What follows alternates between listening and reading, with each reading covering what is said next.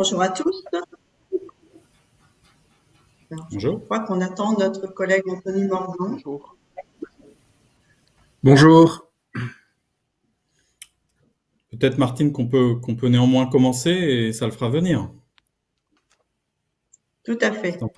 Donc bonjour à toutes et à tous et bienvenue dans cet atelier donc dédié au financement export. Financements qui peuvent être mobilisés bien entendu dans cette période de relance et qui peuvent être éventuellement abordés par des mesures exceptionnelles prises pour faire face à la crise, à savoir les plans de relance nationaux ou régionaux. Tout d'abord, nous allons nous présenter très brièvement puisque certains font partie des organismes de financement export, à savoir BPI France et la région, et d'autres donc représentent des entreprises qui sont venues ici pour témoigner de leur expérience à l'international et de la mobilisation de certains dispositifs pour se maintenir, se développer à l'international. Donc, pour ma part, je suis Martine Navarre et j'appartiens au service international et attractivité de la région Nouvelle-Aquitaine. Donc, je laisse les autres intervenants se présenter à leur tour. Philippe. Oui, bonjour, Philippe Racineux. Également au sein du service export et international attractivité, je travaille à l'accompagnement des entreprises et des filières à l'international. Hubert Forgeot, je suis le dirigeant de la société Aguila Technologies. Aguila Technologies est une société basée à Bidart, sur la technopole Isarbel, et qui est spécialisée dans les systèmes électroniques embarqués contraints. Et donc, nous sommes présents à l'international depuis maintenant quelques années, avec une accélération sur les 2 dernières années, avec la chance de pouvoir bénéficier des dispositifs, que ce soit nationaux et également régionaux, dont nous pourrons vous présenter au cours de cet échange. Bonjour, Pierre Vergne, je suis responsable financement internationaux chez Fonroche Lighting. Donc nous sommes une société spécialisée dans l'éclairage solaire pour tout type d'utilisation destinée à l'éclairage public. Nous agissons tant en France qu'à l'international et sommes basés à Agen dans le Lot-et-Garonne. Et là aussi, on a pu bénéficier de certains coups de pouce pour accélérer notre développement. Puisque on est passé en l'espace de 3 ans de 7 salariés à 130 sur la société et on réalise aujourd'hui environ 90% de notre chiffre d'affaires à l'international. D'accord. Donc on avait un autre intervenant qui était Anthony Morgan de BPI France, que je ne vois pas à l'écran. Donc je suppose qu'il a dû avoir certains problèmes de connexion. On va peut-être enchaîner puisque notre temps est malheureusement compté. Et puis Anthony nous rejoindra j'ai envie de dire, dès qu'il lui sera possible de le faire. Voilà. Donc ce que je tenais à vous signaler, c'est qu'il vous est possible aussi de poser des questions via le chat. Vous avez un écran conversation normalement sur le côté droit de votre écran qui vous permet de poser des questions auxquelles nous tenterons de répondre, bien évidemment. Pour voir de plus près, on va dire peut-être les présentations qui vont être projetées, vous pouvez également appuyer sur en bas de votre écran à droite le plein écran et ce sera peut-être plus clair pour voir les présentations. Voilà. Donc pour commencer, nous allons évoquer les aides régionales. Je vais essayer de partager mon écran.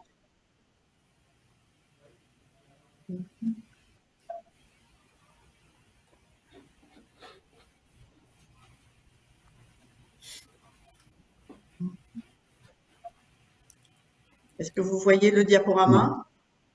Non. Je ne le vois pas, Martine. Ouais. Bonjour, Anthony. D'accord. Bonjour, Anthony. Alors, on va laisser Anthony.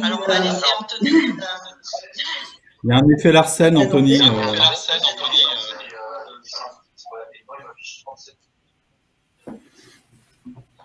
Est-ce que tu peux te présenter? Anthony Morgan, chargé de l'affaire internationale, en charge de l'accompagnement de l'export.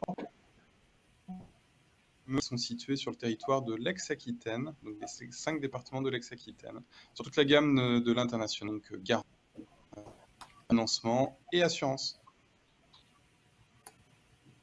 D'accord. Donc, on s'était donc déjà tous présentés en t'attendant.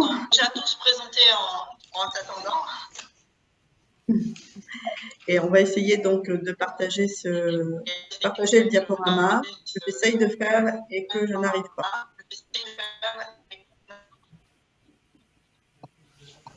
Alors, je ne sais pas pourquoi il y a un écho qui est très important.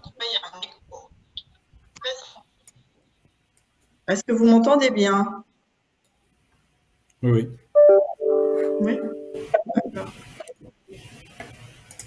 Ok. Alors, Philippe, est-ce que tu pourrais essayer de partager le diaporama? Oui, vas-y, comment je vais partager mon pas. écran? Voilà, pas de souci.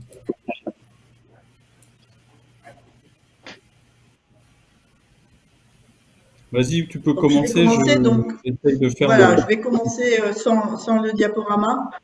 Et ça a garde d'importance. Donc, pour commencer, nous allons évoquer les aides régionales qui sont mobilisables par les entreprises de Nouvelle-Aquitaine pour se positionner, se maintenir, pour se développer à l'international. Tout d'abord, le principe général de l'accompagnement régional, c'est celui du parcours de l'export. Il s'agit d'un parcours progressif dans lequel les entreprises s'inscrivent en fonction de leur maturité à l'export, de leur expérience précédente à l'international. Le parcours, il est accessible. Il est accessible via un guichet unique, en fait, qui est celui de la Team France Export Nouvelle-Aquitaine. La Team France Export, c'est notre partenaire privilégié et c'est une équipe qui regroupe, pour ceux qui le savent déjà, les conseillers de CI International et de Business France en région. C'est un membre de cette équipe qui sera le référent de l'entreprise et qui le suivra tout au long de ses projets pour le conseiller, pour le guider, pour le mettre en relation avec tous les partenaires de l'international et notamment les financeurs que sont BPI France ou la région Nouvelle-Aquitaine. Pour la région Nouvelle-Aquitaine, 3 aides sont disponibles pour les entreprises, pour aider les entreprises. Donc, la première, c'est vrai qu'on ne le voit pas bien sur l'écran, mais la présentation sera à disposition et vous pourrez la télécharger sur le site des World Collection. Donc, la première, c'est le Pass Export, qui est destiné aux entreprises peu ou pas exportatrices et qui vise à aider la structuration d'entreprises, la préparation pour aller à l'international. On peut prendre dans ces dossiers des dépenses telles que des dépenses de formation, de communication, de prospection, de protection des brevets également, d'études de marché, de ciblage marché, bref, tous les prérequis nécessaires pour se positionner à l'international. Cette aide est d'un taux de 80% des dépenses éligibles et peut aller jusqu'à 20 000 euros. Il existe une deuxième aide qui, elle, est à destination donc, des entreprises confirmées à l'international, entreprises plus aguerries, puisqu'elle peut évidemment prendre en compte des frais qui peuvent aller jusqu'à l'étude d'un projet d'implantation commerciale à l'étranger, donc des projets plus conséquents. Là, on est sur une aide de 50% des dépenses éligibles avec un plafond de 200 000 euros. Et enfin, pour terminer, une troisième aide qui est Talent Export, qui vise à aider le recrutement de collaborateurs export. Collaborateurs qui peuvent être des cadres export, qui peuvent être des VIE, volontaires internationaux en entreprise, ou qui peuvent être aussi se concrétiser sur l'externalisation d'une force commerciale. L'externalisation d'une force commerciale, donc c'est présence à l'étranger de commerciaux qui agissent pour le compte de l'entreprise. Donc là, on a un taux d'aide de 50%, on a différents plafonds en fonction des recrutements.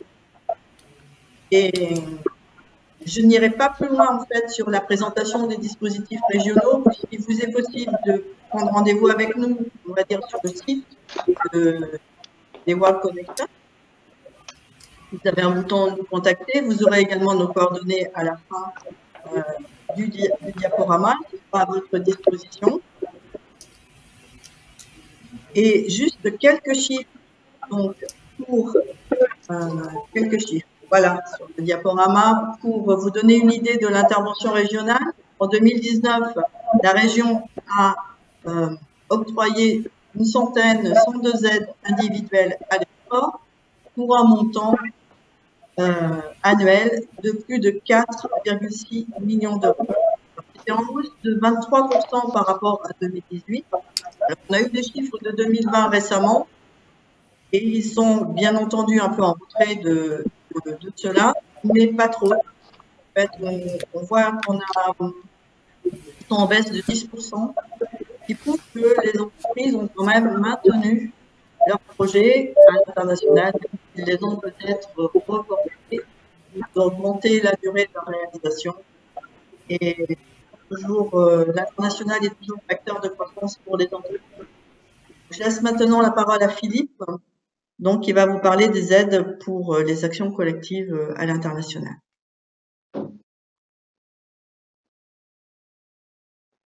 Philippe? Nous avons perdu Philippe.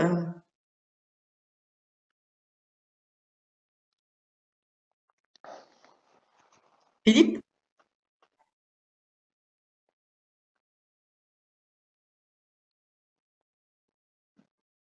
Ah. Martine, vous pouvez peut-être prendre sa partie. Alors, ben oui, je pense que Philippe doit avoir des problèmes de connexion parce que, alors, si j'ai pas le diaporama et ça va être compliqué. Ah. Je vois que Philippe agit sur le diaporama.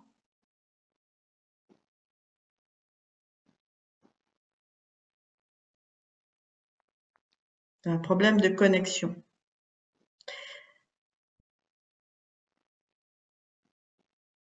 Bon, on va laisser peut-être, ce qu'on va faire, c'est qu'on va peut-être laisser la parole à nos entreprises qui sont là et présentes et qui peuvent peut-être d'ores et déjà amener un témoignage sur les aides régionales. Et puis, on repartira avec Philippe dès qu'il sera reconnecté. Voilà. Alors, peut-être Monsieur Forgeau.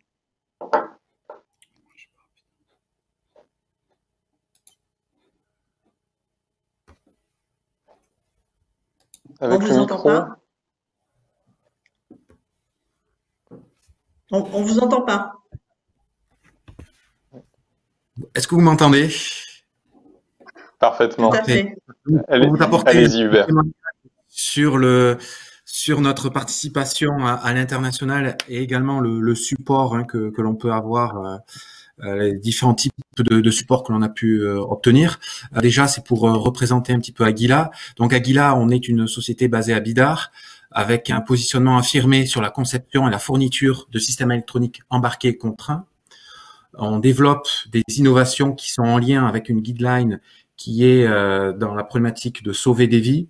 On est clairement identifié sur le Tech for Good, Innovation for Good, vraiment sur cette thématique d'apporter des solutions technologiques qui viennent améliorer le bien commun. Et le bien commun, dans notre cas, c'est véritablement la sécurité des personnes.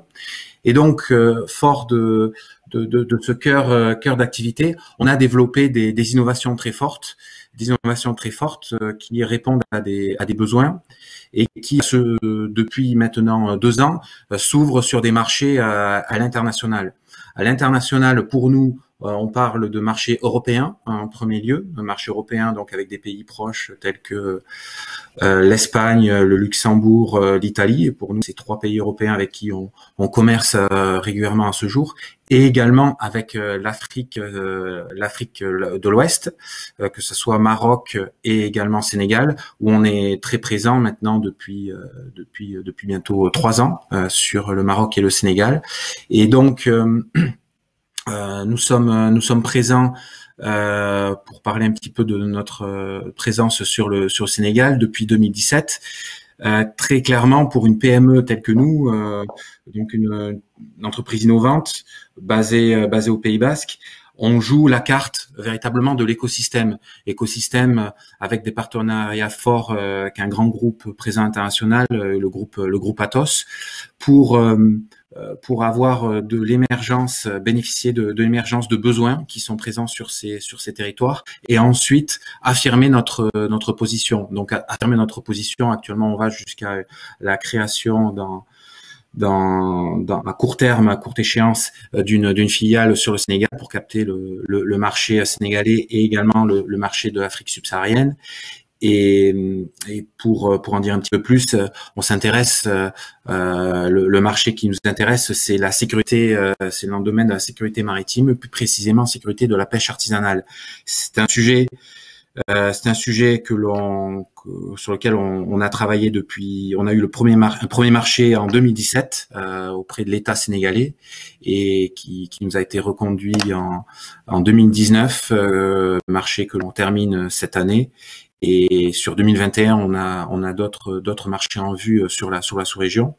On a la chance d'être très bien accompagné, que ce soit par les services économiques, donc au niveau de l'ambassade de Dakar, et également bien évidemment par les équipes type BPI financement export, pour monter justement des solutions export. Mais je crois que mon collègue Pierre Vergne de Fonroche en dira un petit peu plus, et également par rapport à la région Nouvelle-Aquitaine, sur un support qui va limiter notamment nos risques dans les démarches de prospection.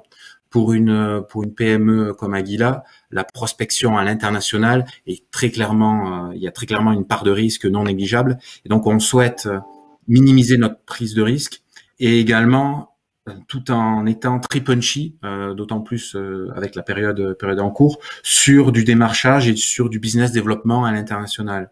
Et donc le support justement public, pour nous c'est vraiment ça, c'est de ne pas s'arrêter, et au contraire pouvoir accélérer notre présence à l'international, sachant qu'à ce jour, avant Covid, on était sur 38% de notre activité sur de l'international. Sur 2020, on estime que on va frôler les 50%. Et donc sur 2021-2022, on a nos plans et d'accroître cette présence à l'international, c'est-à-dire que de continuer d'avoir de la croissance, et clairement la croissance sur des terrains internationaux, terrains européens pour certaines de nos solutions, qui répondent très bien à des marchés européens, et également sur la solution que j'évoquais de sécurisation de la pêche artisanale sur l'ensemble de l'Afrique subsaharienne. Voilà, en quelques mots. Merci Hubert. Pardon. Ne dévoilez pas tout, ne dévoilez pas tout, Hubert. Je sais que vous êtes effectivement en contact avec la Team France Export pour l'ensemble de vos projets. Déposer un dossier CAP international.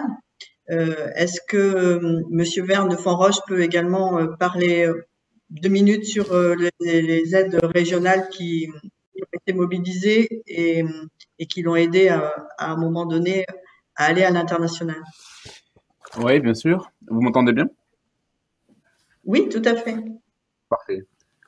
Donc, comme je le disais en préambule, on est des spécialistes de l'éclairage public solaire, et on a démarré notre activité en 2010. D'abord centralisé, focalisé sur le marché national, et on a vu qu'il y avait un réel intérêt pour le type de produit qu'on développe, parce que ils ont l'énorme avantage d'être déconnectés des réseaux électriques, de se déployer très facilement, et d'enlever des gros freins au déploiement de l'éclairage public, notamment dans les pays en développement. Et en 2014, on a décidé de lancer l'aventure internationale. On n'était pas structuré à l'époque, et donc on a décidé de déposer à cette époque-ci une demande d'aide auprès de la région via un pass export qui s'articulait sous 2 axes. Le premier, c'était pour nous aider au recrutement d'un cadre export, qui était notre directeur commercial, qui est toujours notre directeur commercial export, qui nous aide donc à payer son salaire pendant les 2 premières années. Et le second volet était une aide à la réalisation de missions et de prestations à l'international, notamment pour la participation à des missions individuelles ou collectives qui nous aidaient dans nos démarches de prospection. Grâce à ça, on a vraiment pu s'installer et s'implanter, se développer à l'international, puisqu'on est passé d'un chiffre d'affaires export en 2014 qui était d'environ 70 000 euros à un chiffre d'affaires export 2020 qui va être d'environ 70 millions d'euros. Il est vrai que le coup de pouce obtenu par la région il y a 6 ans maintenant nous a aidé à poser les bases pour nous développer à l'international. Et sans ces bases qu'on a réussi à acquérir, sans les premiers marchés internationaux qu'on a réussi à faire grâce à cette aide-là, sans doute qu'on n'en serait pas là où on en est aujourd'hui. Ok, merci beaucoup. On va donc revenir un petit peu en arrière, hein, et Philippe va nous parler donc des aides collectives à l'international, peut-être sans diaporama du coup, mais de la programmation régionale export. Voilà. Très rapidement, pour laisser ensuite la parole à Anthony et encore à nouveau aux entreprises, j'espère, pour être encore plus concret. L'accompagnement de la région, il est très simple. Il est effectivement de manière individuelle, comme vous l'avez décrit à travers les différents dispositifs, mais aussi collectif. Donc, on souhaite maintenir le cap de l'accompagnement des entreprises sur les salons internationaux, et on a essayé pour 2021.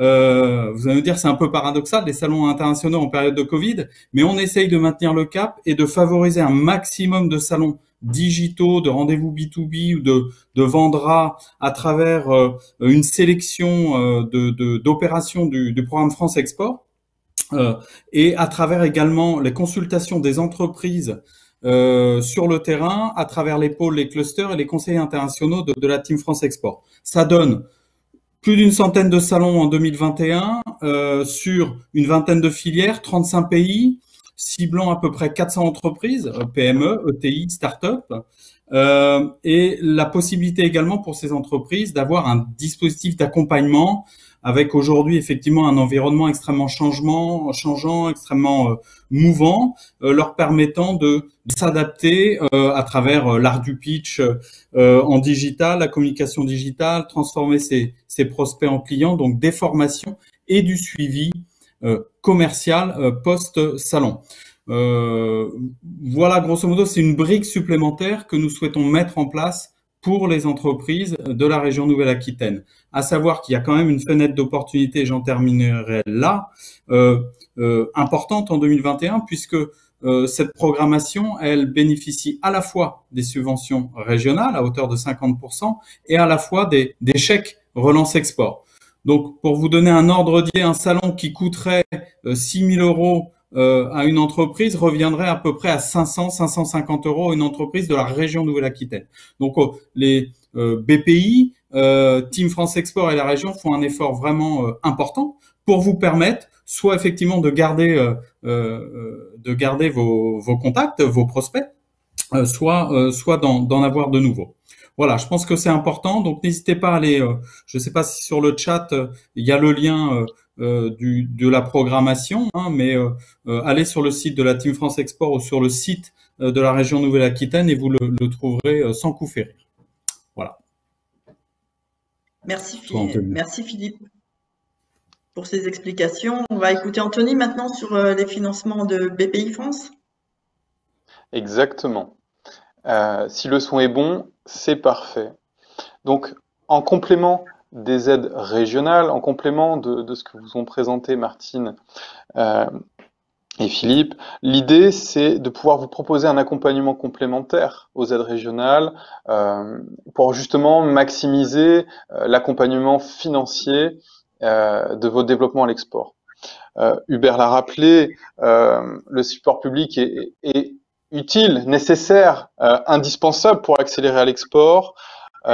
Pierre en a fait aussi l'exemple probant de pouvoir passer de 70 000 euros à 70 millions. Alors pas qu'avec les aides régionales, on en reparlera tout à l'heure, mais on voit bien qu'il y a une volonté forte et encore plus forte aujourd'hui de soutenir les exportateurs français par les dispositifs publics, par le gouvernement. Pour vous donner un chiffre, c'est 1 milliard d'euros qui ont été actés par Bercy pour accompagner les entreprises françaises dans leur prospection avec l'assurance prospection. 1 milliard d'euros. Je pense que ce chiffre est parlant puisque ça incite et ça doit inciter les entreprises à aller de l'avant. Il n'y a jamais eu autant de liquidités sur les marchés et je pense qu'il n'y a jamais eu autant d'opportunités à saisir à l'international. En Europe, plus facile d'accès, comme en Afrique, et vous êtes aussi deux beaux exemples de concrétisation de business à l'export. Bravo à vous. Je tenais donc à rappeler les deux outils qui peuvent vous aider côté BPI France en complément des aides régionales à prospecter à l'export. On a d'une part l'assurance prospection, qui existe depuis longtemps, qui permet de prendre en charge 65% de vos dépenses de prospection, de vous les financer et de vous les assurer contre le risque d'échec commercial. En gros, si vous n'arrivez pas à vendre, eh bien vous percevez une aide équivalent à peu près à 45% du budget dépensé. Il n'y a pas de taux d'intérêt, il n'y a pas de garantie, ça ne génère pas non plus des minimis. C'est vraiment un outil fort pour pouvoir financer vos démarches de prospection à l'export. Budget minimum 30 000 euros, maximum on parle d'1 million, 1,5 million en fonction de votre capacité à porter ce type de projet. Avec les mesures Covid liées justement à la relance, on a décidé également de vous octroyer une année de prospection complémentaire ou une année de remboursement complémentaire de vos aides. Voilà, pour vous laisser le temps d'aller chercher ces business à l'export en prenant en compte le contexte actuel particulier, atypique de la période que l'on traverse. Et la nouveauté de 2021 que je tenais à vous présenter aujourd'hui en avant-première, c'est l'assurance prospection accompagnement. Il y a le mot assurance prospection, c'est, on peut le dire, la petite sœur de l'assurance prospection. C'est pour des budgets jusqu'à 40 000 euros, pour des primo-exportateurs, c'est-à-dire des sociétés qui font moins d'1 million d'euros de chiffre d'affaires à l'export, pour les sociétés qui ont du chiffre d'affaires existant, positif, un résultat positif, avec une obligation, c'est d'être accompagné par la Team France Export, ou accompagné par l'un des 232 cabinets que l'on est en train d'agréer pour pouvoir justement maximiser vos chances de réussite. Comment ça se fait? Modalité, la demande se fera en ligne, la demande devra contenir les éléments suivants, des dépenses pour pouvoir justement vous aider à aller chercher des nouveaux business, donc c'est des déplacements, du temps passé, le salaire du dirigeant, la participation à des salons, physiques, mais également digitaux, des études de marché.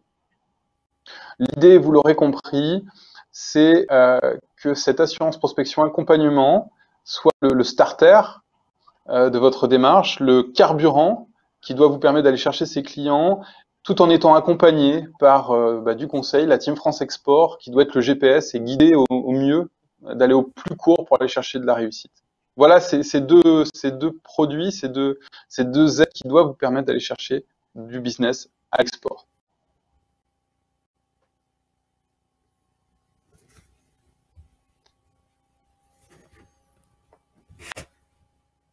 Si vous voulez plus d'informations, n'hésitez pas à vous rendre sur le site internet. Et pour l'assurance prospection accompagnement, elle sera utile et ouverte à partir de 2021.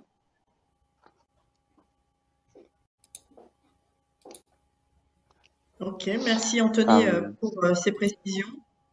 Donc, on va laisser sur la fin de l'atelier la parole aux deux entreprises qui ont bien accepté, qui ont bien voulu témoigner, on va dire, de leur mobilisation de ces outils de financement à l'export. Alors, je ne sais pas qui commence, peut-être Monsieur Forgeot. Exactement. Hubert, ouais. Si, Hubert, c'est à vous la parole. L'idée, en deux temps, c'est d'abord nous expliquer pourquoi on a choisi de présenter l'appel à projet. Qu'est-ce que c'est un appel à projet? Est-ce que c'est compliqué? Et puis, est-ce que c'est accessible aux PME? Voilà. Et quel lien ça va faire entre, finalement, innovation et international? Et donc, comme je l'indiquais tout à l'heure, donc Aguila est présente depuis 2017 sur le Sénégal, sur un marché qui est la sécurisation dans le domaine maritime. Et donc c'est un marché qui est sur une concurrence qui est véritablement internationale, parce qu'on parle de concurrents qui sont sud-africains, coréens, asiatiques, américains et également quelques Européens. Et donc le positionnement pris par Aguila est un positionnement clairement très différenciant, basé d'une part sur l'innovation et d'autre part sur l'expérience, le retour d'expérience et l'analyse des besoins clients et utilisateurs. Donc c'est vraiment utilisé, on a utilisé ces deux piliers pour nous différencier. Parce un élément pour moi qui est clé pour un développement à l'international réussi, c'est la différenciation. On la retrouve quand on est déjà sur une concurrence qui peut être nationale, mais à l'international, c'est totalement décuplé, parce qu'on se retrouve avec des concurrents qui viennent de l'ensemble de la planète et qui ont également certaines facilités, certains États qui peuvent faciliter les exports avec des dumpings dans des secteurs notamment technologiques, et donc ça, on peut se retrouver sur des concurrences très complexes à gérer. Et donc vraiment le parti pris pour Aguila, c'est d'utiliser l'innovation comme un facteur très différenciant pour on parle d'appels à projets et également lié aux appels à projets des appels d'offres, répondre sur des appels d'offres qui sont pas simples pour une PME. Donc on a également une stratégie, nous, de travailler en écosystème local et également écosystème avec des grands groupes français qui nous accompagnent et à qui on apporte également des éléments différenciants, encore une fois, sur la partie innovation. Et donc de pouvoir répondre à des appels d'offres qui sont des appels d'offres qui sont menés dans le cadre derrière de financement type AFD, type BEI également avec la Banque européenne ou également avec la Banque mondiale. Donc par le biais donc de ce melting pot de différentes approches, d'avoir un différenciant qui soit très fort et qui nous a permis déjà jusqu'à présent de gagner un certain nombre d'appels à projets qui somme toute sont au premier abord complexes à aborder pour une PME, et que l'on arrive en construisant véritablement un écosystème à se positionner dessus. Pierre, même question. Qu'est-ce que le crédit export? Et puis, est-ce que c'est compliqué? Est-ce que c'est accessible aux PME? Alors, le crédit export, c'est un merveilleux outil qui permet à nos acheteurs, qu'ils soient publics ou privés, de bénéficier de financements compétitifs, attractifs, en termes de maturité, en termes de taux d'intérêt, en termes de durée de grâce ou de période de remboursement, qui nous permet donc de proposer ça à nos clients étrangers et qui a un réel intérêt par rapport aux conditions de financement qu'ils peuvent rencontrer localement. C'est un outil de compétitivité de la France. Aujourd'hui, quand on s'adresse à des marchés à l'export, on a, comme disait Hubert, pléthore de concurrence en face de nous et qui sont sur des thématiques différentes, qui sont aussi bien sur la technologie que sur le prix du produit, que sur le financement du produit. Là encore, c'est une compétition internationale. Nos amis asiatiques et la Chine en tête sont de féroces compétiteurs là-dessus. Ils arrivent avec des offres toutes packagées, souvent portées par des entreprises publiques, avec un financement public de la Chine adossé à des conditions inégalables. Mais nous, avec nos petits bras, notre petite ETI du Lot-et-Garonne et avec des partenaires tels que BPI, arrivons à trouver cette compétitivité-là. Et c'est grâce à ça qu'on a réussi à remporter des marchés au Sénégal ou au Bénin. Le marché sénégalais est aujourd'hui le plus grand marché d'éclairage public solaire au monde. qu'on est en train d'exécuter. C'est un marché à plus de 87 millions d'euros. Il est important tout de même de préciser que si cet outil est indispensable, il n'est pas à lui seul indispensable pour remporter un marché. Ce n'est pas le financement aujourd'hui stricto sensu qui nous fait gagner un marché, c'est celui qui peut nous permettre de l'exécuter. Ce qui nous fait gagner un marché, c'est notre offre technique et économique. C'est ce qu'on va proposer à notre client. Si vous êtes les plus chers, si votre produit n'est pas qualitatif, forcément vous partez avec de très sérieux handicaps que le financement apporté ne pourra pas combler. Maintenant, au Sénégal, on l'a vu, au Bénin, on l'a vu, on le voit sur d'autres pays aussi. Quand on remporte des consultations internationales et des appels d'offres, le financement est souvent une condition supplétive à remporter un marché. C'est-à-dire que si vous n'avez pas le financement qui va bien au ministère des Finances locales, vous n'arriverez pas malheureusement à réaliser votre marché.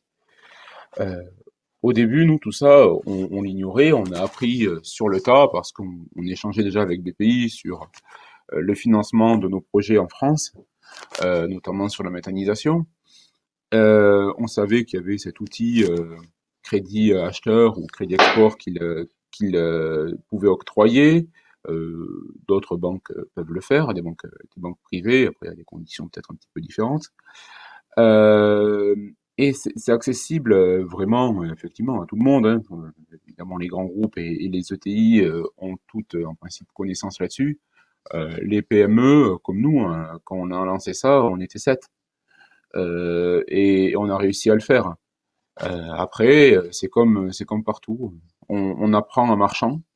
Parfois, on tombe. Ça fait mal. Mais il faut qu'on se relève, il faut continuer à avancer. C'est un très bon outil. Je dirais, pour pas bercer dans un optimisme débordant, que c'est pas l'outil miracle qui va permettre notamment d'éradiquer toutes les problématiques de trésorerie que l'on peut avoir quand on fait un projet international, notamment liées aux délais de paiement qui peuvent intervenir avec ce type de partenariat-là. Très bien. Et juste une chose, c'est que on est friand des outils de BPI et on a aussi une assurance prospection en cours qui nous permet, comme le disait Anthony, de limiter les dégâts en quelque sorte quand on part à la conquête de nouveaux territoires où on ne sait pas quelle sera l'écoute du marché vis-à-vis de notre produit, vis-à-vis aussi du tarif que l'on propose. Hein. Aujourd'hui, en termes de coût, forcément, nos produits sont plus onéreux que des produits asiatiques. On ne sait pas quel écho on va avoir. Il n'empêche qu'on veut s'investir à fond pour développer de nouvelles zones, pour continuer à s'étendre et à nous développer à l'international. Et un outil tel que l'assurance prospection nous permet ça, parce que ça nous permet de minimiser notre risque. Comme disait Anthony, on a tout un tas de coûts qui peuvent être aidés, que ce soit les frais de déplacement, mais aussi le temps salaire passé localement par nos salariés, une partie des frais connexes qui sont liés à ça, etc., etc. Donc il y a pas mal d'outils qui existent sur la table, que ce soit des aides régionales ou nationales, et qui peuvent permettre aux PME, notamment aux ETI et aux grands groupes aussi, d'aller à l'international. Très bien. Merci De fait, beaucoup. on a... Vas-y, Anthony. De fait, on a deux sujets, deux effets de levier. Le premier, donc, plutôt dédié à l'innovation et qui permet d'aller chercher cette différenciation, et ce qu'expliquait Hubert. Est-ce que, voilà, vous voyez, Hubert, cet effet de levier sur justement le mix innovation internationale et comment vous voyez l'avenir dans les 2-3 ans qui arrivent? Donc, en quelques mots, parce que je crois qu'on est sur les dernières minutes, Le mixte que l'on utilise, nous, côté Aguila, c'est vraiment le mixte innovation, différenciation. C'est-à-dire, on utilise l'innovation, recherche et développement telle qu'on la conçoit en France, avec également une protection pays très forte, pays propriété industrielle, pardon, avec des brevets que l'on étend à l'international, avec ensuite des offres par pays que l'on va marketer pour chacun des pays, en adaptant bien sûr le marketing, et derrière avec des offres comme le présentait Pierre, de type financement en crédit acheteur, ou des financements également internationaux. Très bien. Et Pierre, dernière question. Tu parlais de dossiers à plusieurs dizaines de millions d'euros, et je pense que ça fait rêver tous les exportateurs qui sont à nos écoutes. Est-ce que il y a des plus petits dossiers? Oui, il y a des projets à des centaines de milliers d'euros aussi. Et pour nous, c'est des choses qui sont hyper importantes d'avoir un soutien là-dessus, parce que nos clients ne peuvent pas forcément décaisser 7 centaines de milliers d'euros ou 1 ou 2 millions d'euros d'entrée pour acheter nos produits. Donc avoir des outils comme les rachats de crédits fournisseurs, par exemple, de BPI, c'est aussi indispensable. Ça nous permet de mettre un pied localement et de nous développer derrière. Bon.